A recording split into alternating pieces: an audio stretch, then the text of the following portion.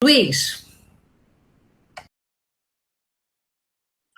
Bia, olha o seguinte, eu tenho conversado aí com alguns grupos, foi muito boa essa conversa, porque você acaba resgatando uma série de conceitos que estavam enterrados aí na sua cabeça e você vai tendo que buscar cada vez mais fundo aí nos aprendizados, aquilo que você aprendeu no passado, para você ver e começar a analisar o que está acontecendo agora.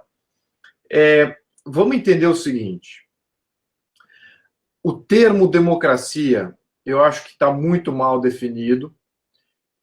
A percepção que o povo tem do que é democracia é completamente errada. Não é o conceito de democracia tal qual o intento foi criado lá atrás, na Grécia Antiga.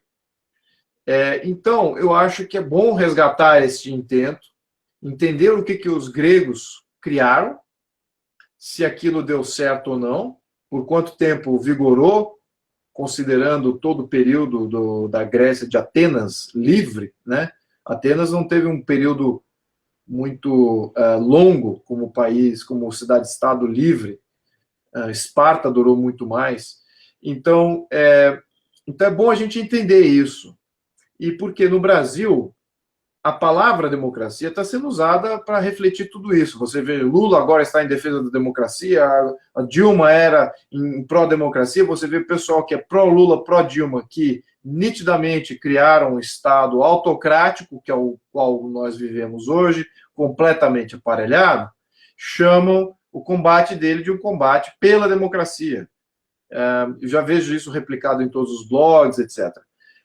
E o que me preocupa também que esses conhecimentos eles se perderam na cultura do brasileiro. Não sei em que momento do ecossistema político brasileiro essa noção do que significa democracia foi perdida, ou se jamais existiu. Mas eu quero resgatar isso agora. Se vocês me permitem alguns minutos aqui, tá? Eu não vou 2 minutos. Vamos entender o seguinte: qual é a origem da democracia?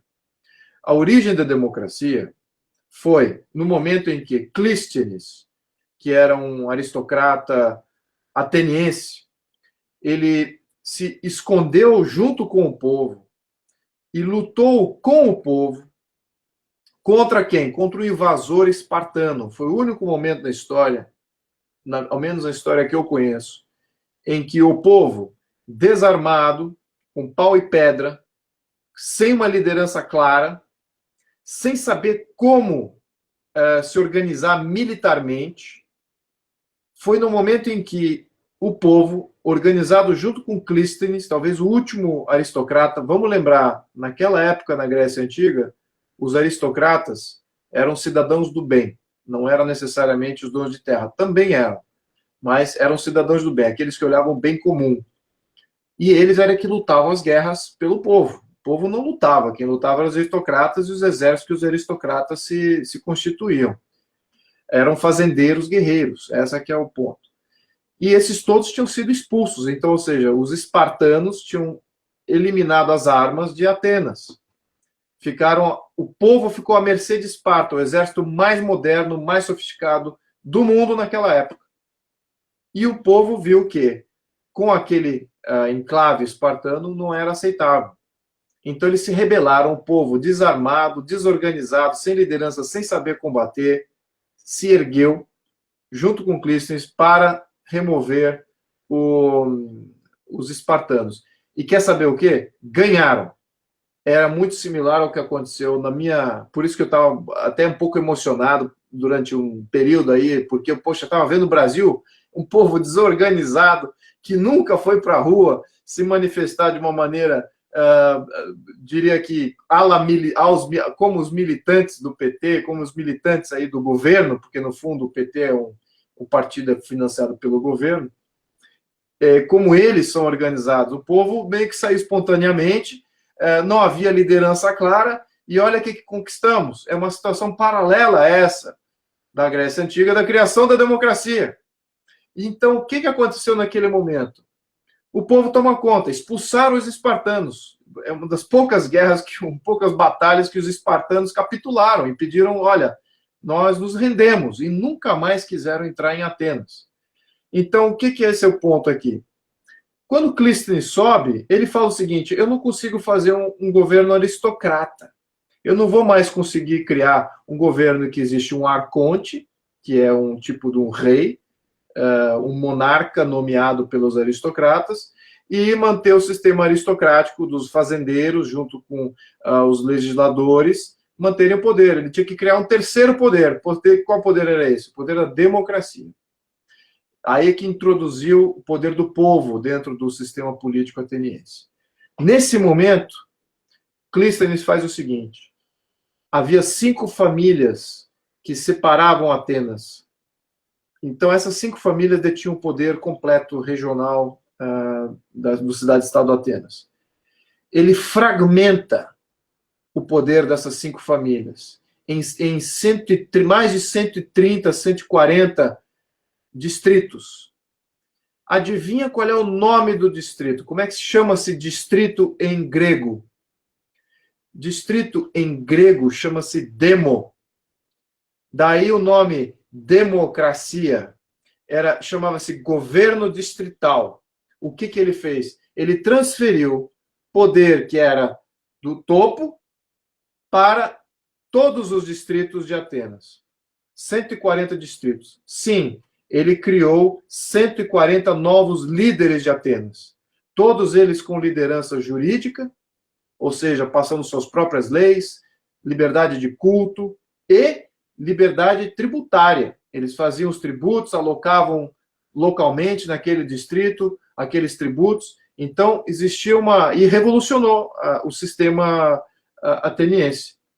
Claro que desse sistema, todos os outros sistemas, quando ressurgiu o liberalismo na Europa Ocidental, todos eles aplicaram esse sistema que Clístenes tinha desenvolvido. E durou durante 70 anos, mais ou menos. Então, o que é o ponto aqui?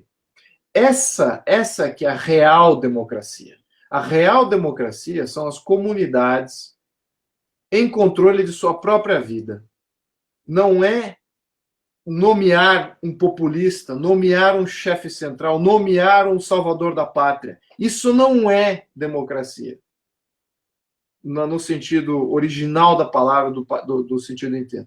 Eu gostaria de deixar isso publicado aqui, porque tem sido uma revelação importante. Eu sempre achava que mais pessoas sabiam disso, mas eu percebi, ao conversar com pessoas que eu julgava que conheciam isso, não conheciam e se espantam quando eu falo, mas isso é a história de Clístenes. Que história é essa?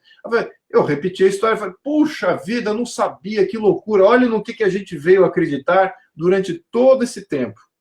E olha, quando você perdeu a origem do intento, qualquer coisa vale. Democracia pode ser redefinida como qualquer coisa. Esse que é o ponto. Bom, enfim, eu estou falando isso porque o Lula não é um democrata. A Dilma não é uma democrata. O PT nunca foi um partido democrático. Por quê? Porque eles não querem transferir poder para as comunidades. Ponto. O PT, todos os governos, todos os partidos de esquerda, totalitaristas de esquerda, vão querer criar um poder central forte, um poder central que elimina as comunidades. E olha o sucesso que eles tiveram. Hoje, quando eu falo quem é um líder comunitário hoje, claro que a gente se refere onde não existe governo, que são as favelas. Lá existem líderes comunitários. Muito bem, você que está nos assistindo, quem é o líder do seu bairro? Entenda, quem é o líder do seu bairro? Não existe. Por quê? Porque mataram o conceito da democracia. Se existisse o conceito da democracia, você saberia muito bem quem é o líder do seu bairro, ele talvez seria o seu deputado distrital e que ele teria liberdade, até autonomia tributária, que seria o caso até de um contexto ala Suíça, ala partes da Alemanha, que tem bastante poder delegado para a comunidade, poder financeiro. Então, essa é a real democracia. Essa democracia, os partidos de esquerda não querem ver. Eles querem fugir dessa temática, eles querem sufocar essa definição, por isso que eles também querem virar a página na história. Por isso que a história greco-romana, o Brasil no período imperial, qual foi o modelo que eles aplicaram? O modelo distrital. Claro, porque era essa referência que os Estados Unidos tinham resgatado há 40 anos antes, quando criaram os Estados Unidos, que ainda é até hoje. É o modelo distrital, comunidades com força. Então, os esquerdas, em geral, não querem essa real democracia. Muito bem, eu queria deixar isso posto aqui, eu sei que é um pouquinho didático, desculpa, mas é importante eu transmitir isso, para ao menos entendermos contra o que eles estão lutando. Então, entenda, se você é um eleitor do PT que está nos assistindo agora, entenda isso. E pergunte até para o seu líder do MST ou todos esses movimentos aparelhados aí ou comandados pela essa chefia escusa, pergunte a eles se eles querem dar mais poderes para as comunidades, todas elas, não só as comunidades de periferia, todas as comunidades, todos os bairros terem poder. Pergunta se é isso que eles querem. E vocês vão ver nitidamente que não. Que eles querem centralizar, criar poder central para fazer o que quiserem com esse poder, com essa delegação.